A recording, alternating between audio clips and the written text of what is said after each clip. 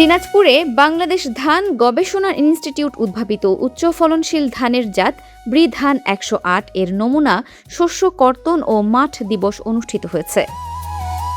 দিনাজপুর সদর উপজেলার কাউগা প্রযুক্তি গ্রামে আয়োজিত এই অনুষ্ঠানে প্রধান অতিথি হিসেবে উপস্থিত ছিলেন দিনাজপুর সদর আসনের সংসদ সদস্য সৈয়দ জাহাঙ্গীর আলম। তিনি বাংলাদেশ ধান গবেষণা ইনস্টিটিউটের উন্নয়নে সম্ভাব্য সব ধরনের সহযোগিতার আশ্বাস দেন এবং ব্রি উদ্ভাবিত ধানের নতুন জাতগুলো দ্রুত দেশের সব কৃষকের কাছে পৌঁছে দিতে সংশ্লিষ্ট কর্মকর্তাদের প্রতি আহ্বান জানান।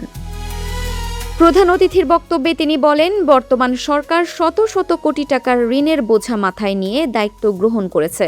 প্রধানমন্ত্রী তারেক রহমান কৃষকদের প্রাধান্য দিয়ে কৃষক কার্ড চালু করেছেন এবং পর্যায়ক্রমে দেশের সব কৃষক এই কার্ডের আওতায় আসবেন। পাশাপাশি খাল খননের মাধ্যমে কৃষকদের পানির সংকট নিরসনের উদ্যোগ নেওয়া হবে বলেও জানান তিনি। সংসদ সদস্য আরও বলেন, কৃষকদের উৎপাদিত শস্য সংরক্ষণের জন্য দিনাজপুর অঞ্চলে আধুনিক সংরক্ষণাগার নির্মাণ করা হবে।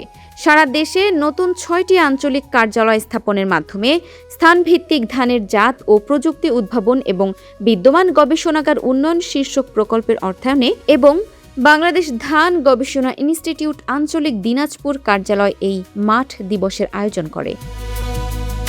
অনুষ্ঠানে সভাপতিত্ব করেন ব্রির পরিচালক ডক্টর মোহাম্মদ রফিকুল ইসলাম এবং স্বাগত বক্তব্য দেন LSTD প্রকল্পের পরিচালক ডক্টর মোহাম্মদ আনোয়ার হোসেন।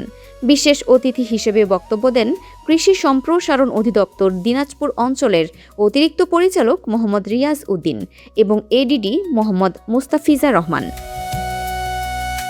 এছাড়া বক্তব্য রাখেন ব্রির ঊর্ধ্বতন বৈজ্ঞানিক কর্মকর্তা ও দিনাজপুর আঞ্চলিক কার্যালয়ের প্রধান মোসাম্মদ সেলিমা জাহান। অনুষ্ঠানটি সঞ্চালনা করেন বৈজ্ঞানিক কর্মকর্তা সৈয়দ জাহিদ হাসান। স্থানীয় কৃষক মোহাম্মদ আব্দুল আলিম ও জগদীশ চন্দ্র রায় বলেন, ব্রি ধান ১০৮ জাতের ধানে বাম্পার ফলন, রোগমুক্ত শীষের গঠন এবং রোগ সহনশীলতা দেখে তারা আশাবাদী। সঠিক পরিচর্যা ও আধুনিক প্রযুক্তি অনুসরণ করলে এই জাত কৃষকদের জন্য অর্থনৈতিকভাবে লাভজনক হবে বলেও তারা মন্তব্য করেন। কাউগা গ্রামের কৃষক জগদীশ চন্দ্র রায়ের জমিতে স্থাপিত প্রদর্শনী প্লট থেকে ১০ বর্গমিটার জমির ব্রি ধান ১০৮ এর নমুনা শস্য কর্তন করা হয়। পরবর্তীতে ফলন বিশ্লেষণে প্রতি হেক্টরে গড় ফলন পাওয়া যায় ৬.৪২ টন। এই মাঠ দিবসে প্রযুক্তি গ্রামের শতাধিক কৃষক কৃষানী অংশগ্রহণ করেন।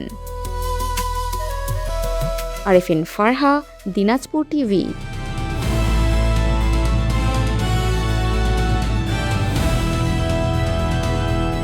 দিনাজপুর টিভি মানুষের জীবনের কথা বলে।